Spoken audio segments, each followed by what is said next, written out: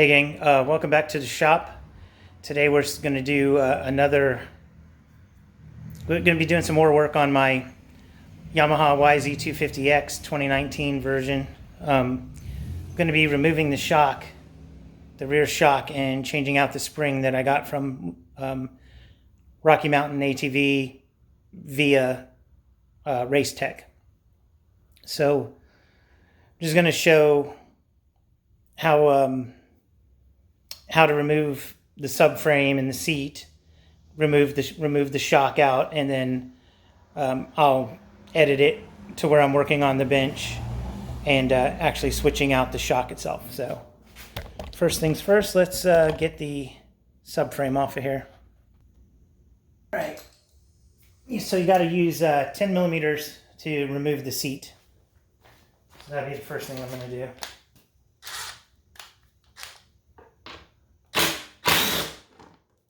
And I've said it before, I'll say it in this one too. Impacts are great for taking stuff off, not so much for putting stuff back on, because you don't want to strip things out.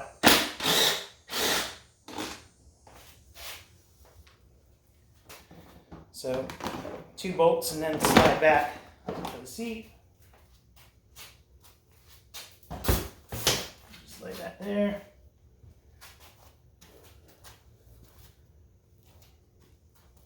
All right, so we're going to need bigger bolts for the subframe, and up here at the top at the subframe. Yeah, 12s. So one at the top of your shock mount. Well, actually, it's top of the subframe mount, but it's behind. You'll see where it mates to the gas, right near where the gas tank ends. Gotta take that one out.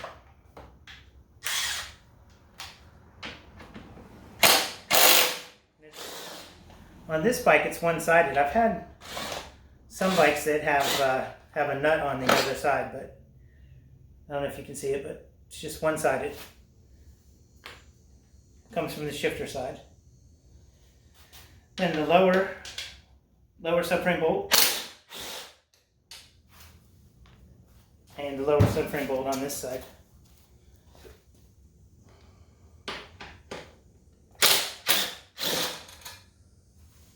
Okay. Now the only other thing that's left right now is to unscrew the boot that mates to the carburetor. I'm leaving the silencer on, as you can see, but you can also, if you want to go in more in depth, you could take the silencer off.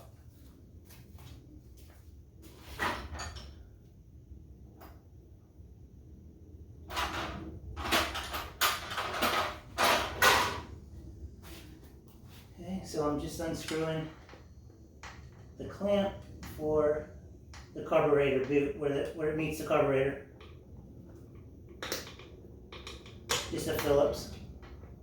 That should let it slide right out. Yep.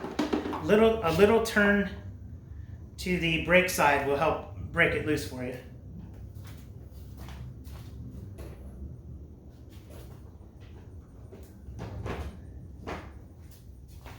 Okay. Now let's see what size that top bolt is. I think it's a 14. Yeah, a 14 for the top shock mount. So we'll take that one off.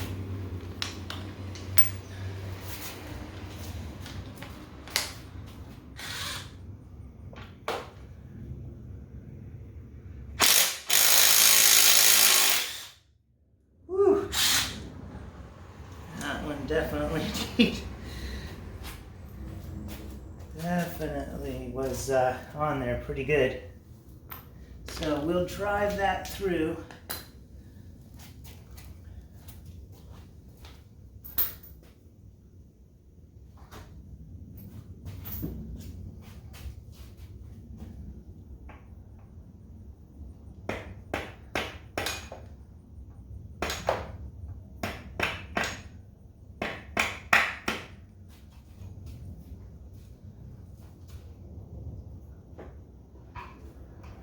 little bit longer drift.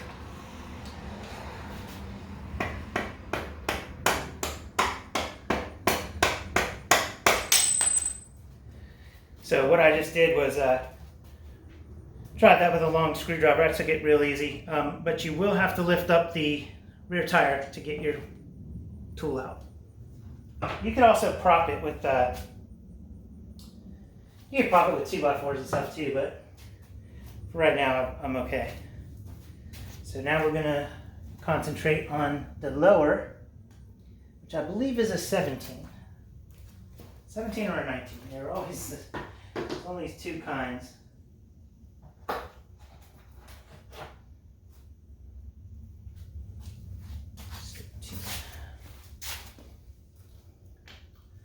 Yeah, so it's 17.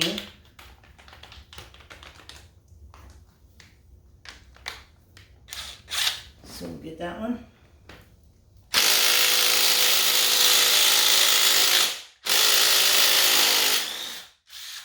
Whew. These are tight. Probably tighter than they should be. We'll make sure when we put it back together to throw the torque wrench on it. Yeah, pop that out. Keep that right here. There you go. Shock is free.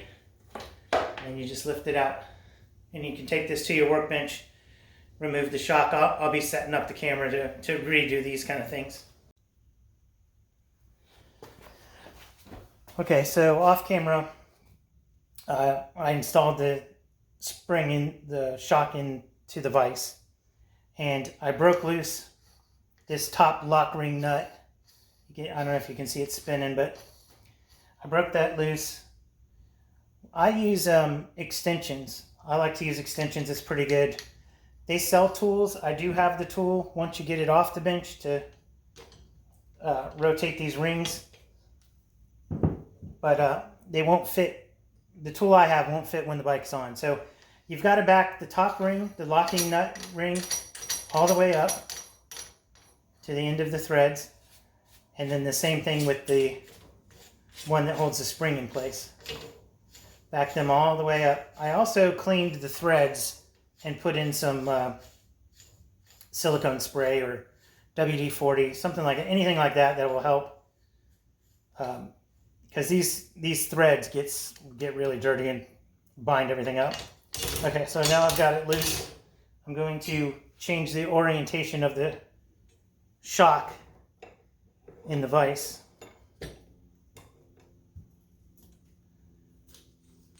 So now I have the top end in the vise.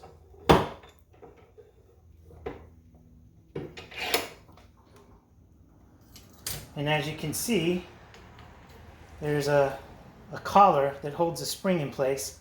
And then of course you have the bumper if you need to get that out of the way. Okay, like I was saying before, I did a little bit off camera. You've got to get the bumper, this rubber bumper, separated from this bottom collar so that you can get it off. So I got the bumper, I've pushed it all the way down. You have a spring collar.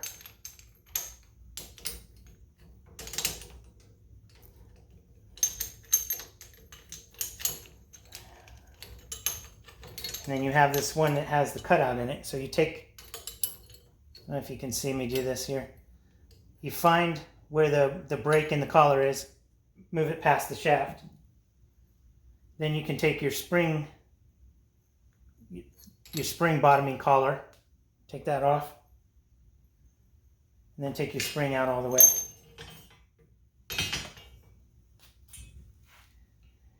Sometimes the springs have different radius on the different ends.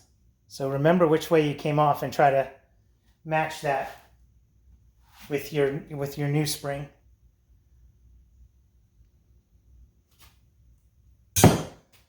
So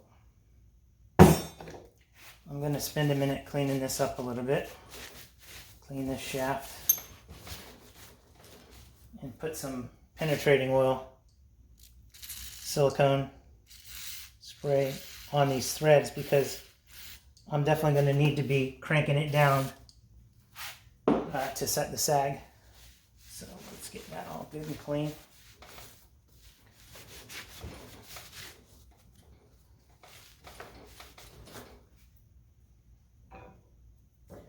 All right, so the new Racetech spring, you want to be able to read the label, so don't turn it upside down. You want it to be the right way.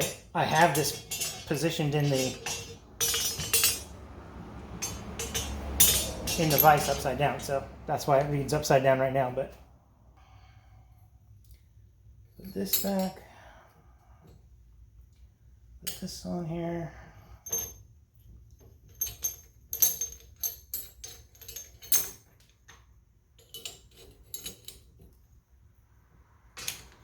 Yeah, there we go. Okay.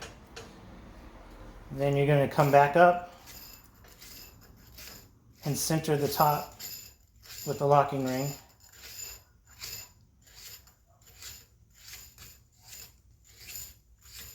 Just till you get it tight to take it off the vise. Run it down a little bit, I guess, just to get it tight.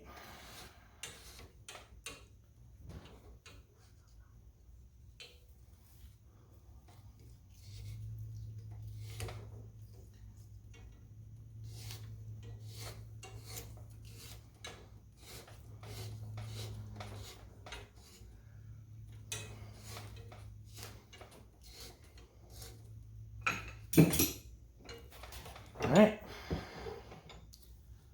and there you go. Just gonna get it here, put it back on the low end, and then I'm going to hand tighten it. There's a measurement that you can find on the Racetech website that gives you a starting place for. Oh, also remember to put your bumper down all the way once you got it turned over back into place. So the bumper, make sure it's down. Hey guys, sorry, I had to get off camera to finish this job. Too many things weren't really lining up correctly, but to put in the rear shock, once you've had it out and you did the spring change like what I did, put in your lower bolt first. It's flat-sided, so make sure that it goes correctly to which side of the engine. There's a flat spot on it that you have to line up so that the bolt can go all the way through. So do your lower one first, and then do the top one.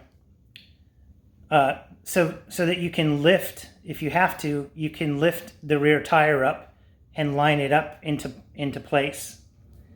So that was a little bit what I was having problems with. It was just hard to have it on camera and film it and line it all up. It took me a little bit. Don't know why. It was a little bit hard. And same with my subframe. So I went to reinstall the subframe back on here, and I think the subframe is bent. I didn't realize it. It has a little curve to it, so it was hard to line up the subframe bolts right here on both sides. I was having a hard time getting it to go on the outside of the frame rails to put it back into position. But this is the way it is sometimes when you film. Sometimes things just don't go the way you want them to go. And then it gets to be so long that you don't want, I'm not an editing guy, so it gets to be a bit much to try to edit it if I keep leaving it running until I get everything squared away. But to put on the subframe, it's not that hard. Make sure you get the boot on the carburetor. Make sure you get the pipe junction where the silencer and the pipe meet up. I tend to come from the shifter side and kind of bend it into place to line it up, and then you can deal with the outside of the subframe on both sides. Put in the bolts, lock everything down. I didn't know if it might not be mentioned on the other part of this video, but your top bolt and your bottom bolt, always, you know, re-grease those. So I re-greased those off camera at one point, and then I ran them down lightly, and then I went back and got the torque specs from Yamaha to torque those bolts down, because always you want to always torque everything, but specifically suspension stuff. Torque your top bolt and your bottom linkage bolt down here where it connected. You want those to be what they say and recommend in the Yamaha book. So that's it for this particular video of, you know, doing some mods to this 2019 Yamaha YZ250X. So I'll catch you on the next one.